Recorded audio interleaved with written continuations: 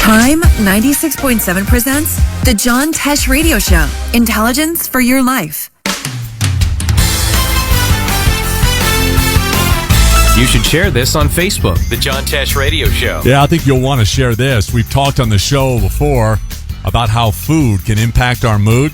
Well, now it's a whole field of study that's become very popular. It's called nutritional psychiatry. More than 20 million adults in North America reported having a major episode of depression within the last year alone. And experts are increasingly looking at how diet might improve our mental health, particularly conditions like depression and anxiousness. So, for example, we know that a Mediterranean diet, so a diet full of fruits, vegetables, whole grains, nuts, seeds, and healthy fats like olive oil, that's been shown to reduce the risk of depression. But also, gut bacteria, your microbiome, also plays a role in managing your mood. A lot of our brain chemicals reside in our gut. It's even been called the second brain. We need a good balance of bacteria to feel our best emotionally. That's where probiotics come in, like from yogurt and fermented foods. I've spoken about that many times. So, turns out a combination of the Mediterranean diet plus fermented foods is regarded as a curative trip to the nutritional psychiatrist. This is the John Tesh Radio Show. Coming up, go ahead and watch your favorite movies for the 100th time. Listen to the music you love from high school or play old school video games. I'll tell you why our love of nostalgia is one of the best ways to get through stressful times. CHYM 96.7. It's the John Tesh Radio Show. Question for you. Have you noticed that a lot of old movies, music, and games are popular again, like the early 2000s rom-com 13 Dresses, the Spice Girls from the 1990s, and older video games like Super Mario? There is a good reason, apparently, because tapping into nostalgia is the ultimate coping mechanism for stress. People are escaping into the past when the world seemed simpler. Old favorites offer comfort and predictability in troubling, unpredictable times. Hello. Psychology professor Dr. Wing-Li Chung studies nostalgia, and her research shows that embracing nostalgia by watching old movies, listening to old songs, or even taking up old-fashioned hobbies is an effective way to cope with stress. It will lift your mood, it will boost confidence, it will inspire optimism. Dr. Chung says it gives you energy to cope with what's going on now and move forward. Tapping into nostalgia is the ultimate coping mechanism for stress.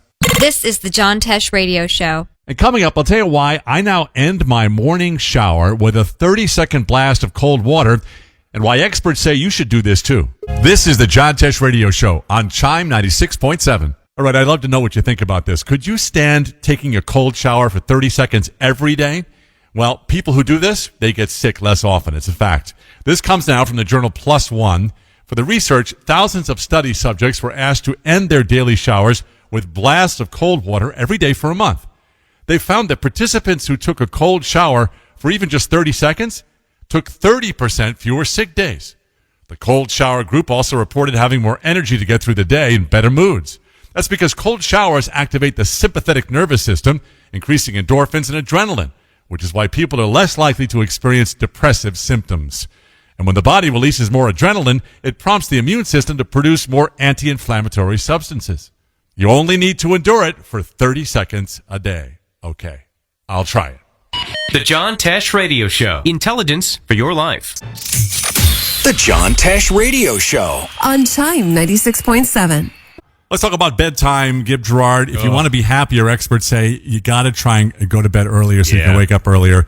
Research from the University of Toronto, they found that night owls who switched things up and became early birds, they felt less grumpy, blue, and out of sorts compared to when they stayed awake late. It's tough if you're on the third shift, right? It is. It's tough. But people who are up half the night have something called social jet lag. Yeah. Look, it's hard because with kids, look, I know this is true. I know that if I get up in the morning, I get a head start on the day. Right. I've gotten ahead of the emails. Maybe I've exercised. I've started the kids' breakfast so that we're not rushing to get the kids ready. But here's the other thing. I get like a 2-hour window after the kids have fallen asleep where I get to be my own person for just 2 hours a day. It's me time. And I can't give that up. I look at the clock. It says 1 o'clock in the morning. And I go, yeah, but it was, and I didn't do much. But nobody was asking me for anything. I just got to be me for 2 hours. And that's really valuable, too. So it's hard. Okay. IFYL. Intelligence for your life. CHYM 96.7. I have an assignment for you. We want you to take a look at the furniture in your living room whenever you can, or wherever your family tends to gather most. Are the seats arranged in a circular pattern, resembling an O or even a U? Good news if you said yes, because it means your family is likely closer and happier than those who arrange their furniture in lines and right angles. This is according to Dr. Sally Augustin, an environmental psychologist who studies how the objects around us influence our thoughts, behaviors, and well-being. She's found that in workplaces, for example, employees who regularly face each other in open floor plans tend to be more cooperative and productive than those who sit in rows. Dr. Augustin says it's because linear seating arrangements make us feel alienated, while circular seating patterns inspire a sense of belonging and community. And that same research can apply to families, meaning if you arrange your couch and easy chairs in a way that helps your family face each other during conversations, it'll create a stronger sense of bonding compared to if you sit side by side facing a TV, for example. Even better, Dr. Augustin says, if you have furniture that's as soft and plush as possible, that's proven to make people more open-minded and flexible in their thinking compared to when they sit on hard surfaces. I love this stuff.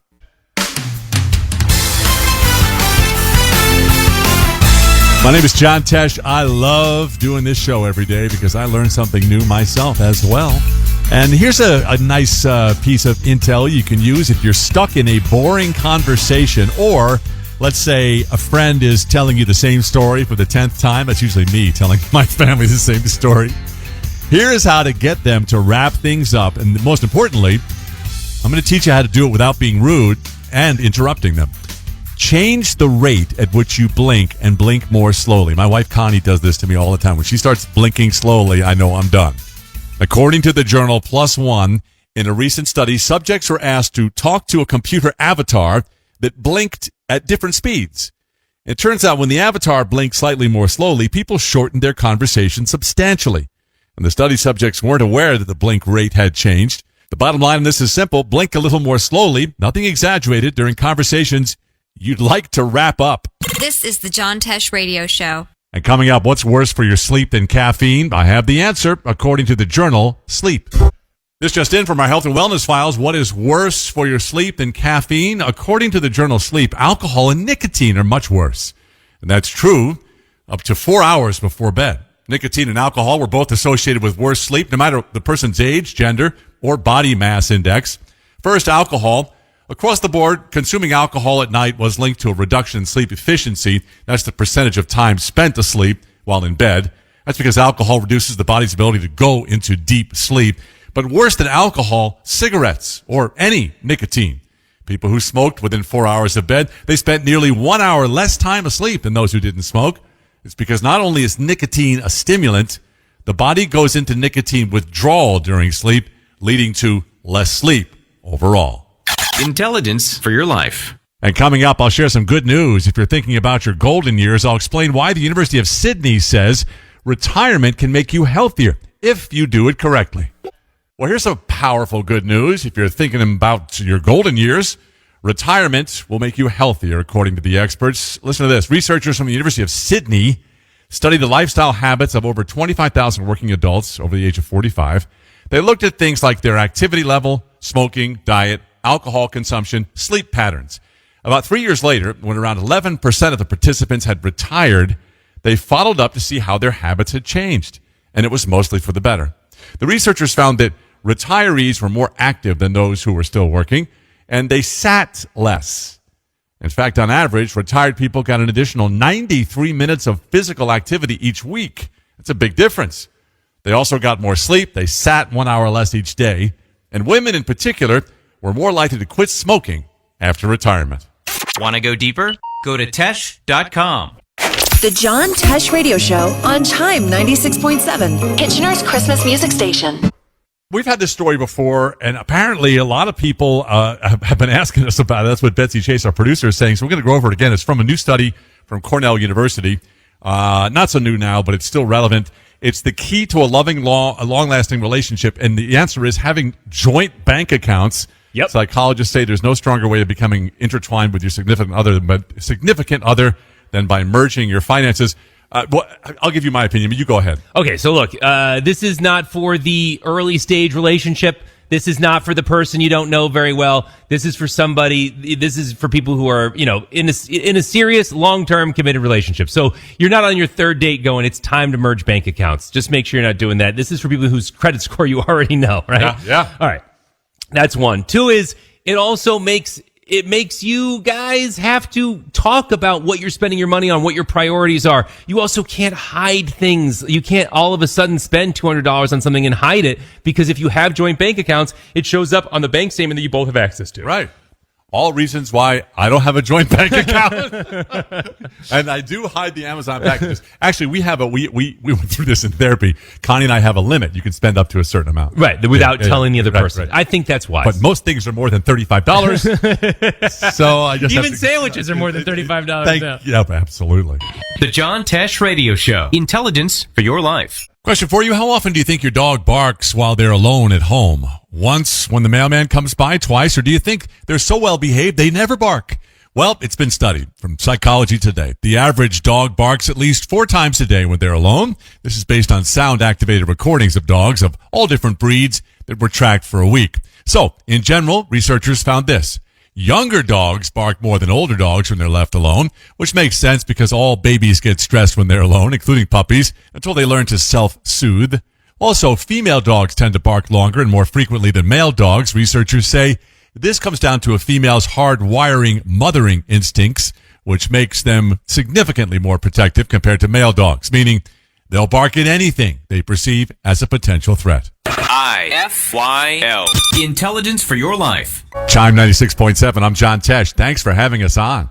Hey, you got 90 seconds? That's all it takes to get more compliments about your physique. This is according to research in the journal Medicine and Science in Sports and Exercise. And it's all about how our muscles often get swollen and sore after a tough workout. Basically, researchers found that any strenuous weight training exercise, including arm curls, planks, and push-ups, creates micro tears in muscle cells, which then forces blood to rush to your muscles to help repair them. One benefit of doing one strenuous exercise continuously for about 90 seconds, your muscles are going to swell up in a way that makes you appear more cut, muscular, and in shape, which could be a great move to try, say, before a dinner date. Bottom line, if you have 90 seconds to spare before dressing for a date, try doing some planks. Don't be surprised if you hear more compliments about how fit you look.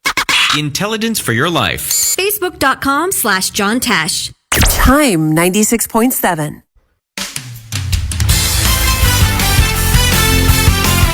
Attention, my intelligent friends. I hold in my hand some very quick and very useful tips for stress relief, starting with this one.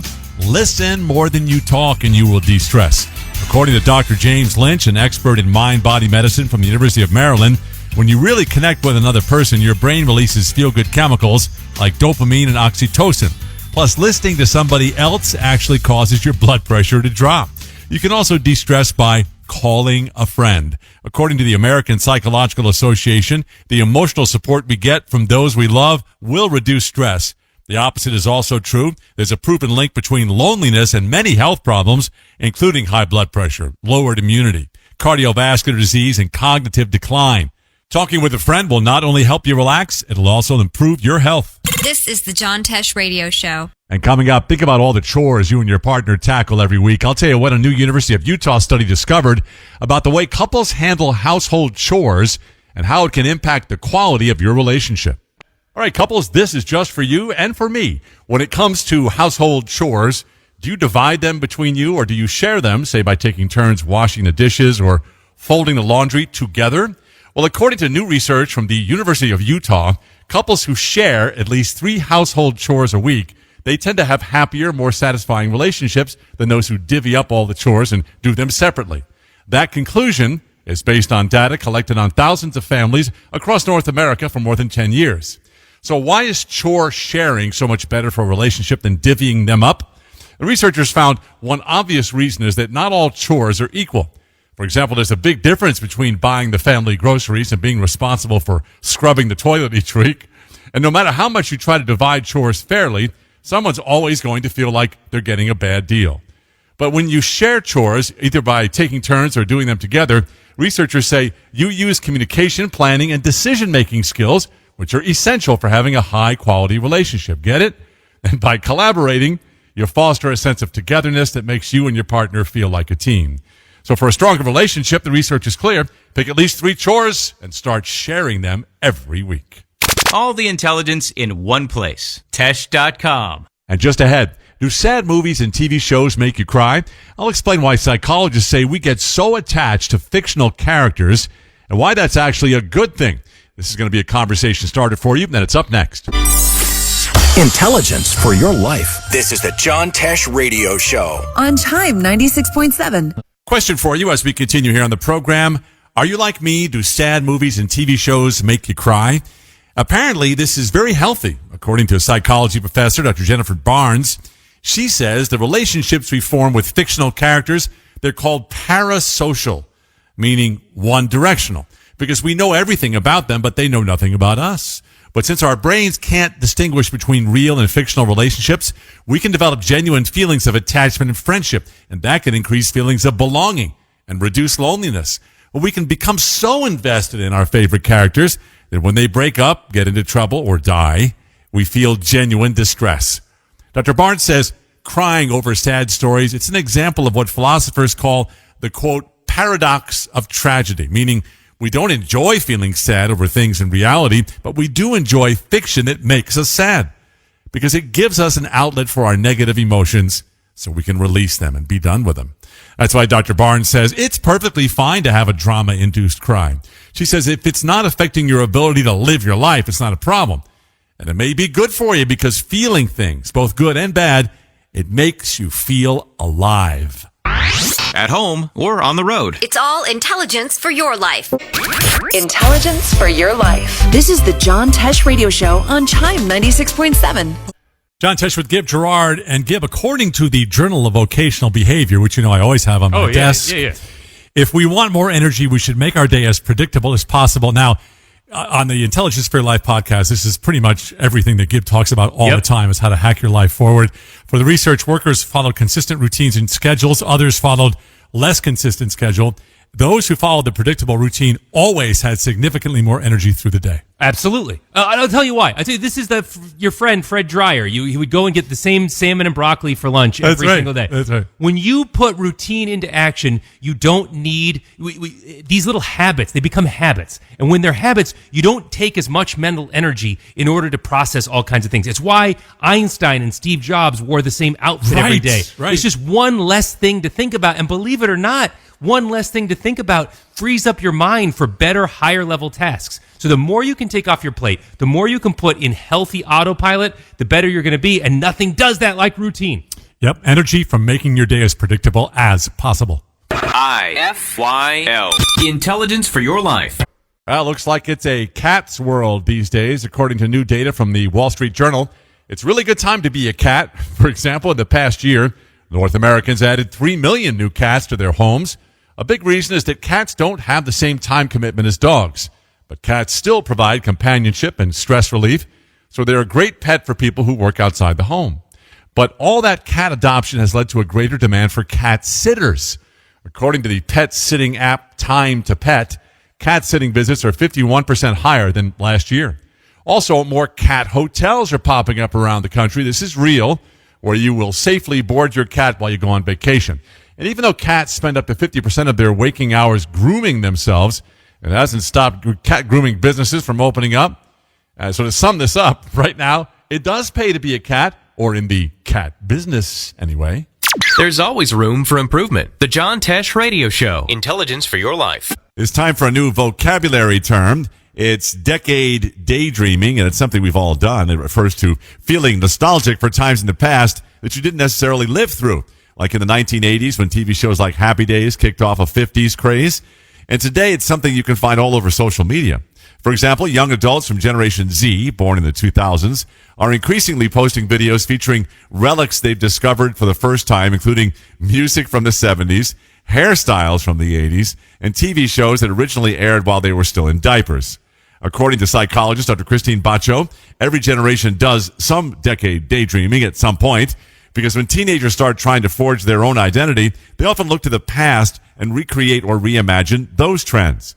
It's especially true if the era the trend comes from is a time that seems simpler compared to the present, which explains why a lot of young adults are really into vinyl records, VHS tapes, and landline telephones right now. No kidding. There it is. Decade day dreaming. Intelligence for your life. It's free, you know.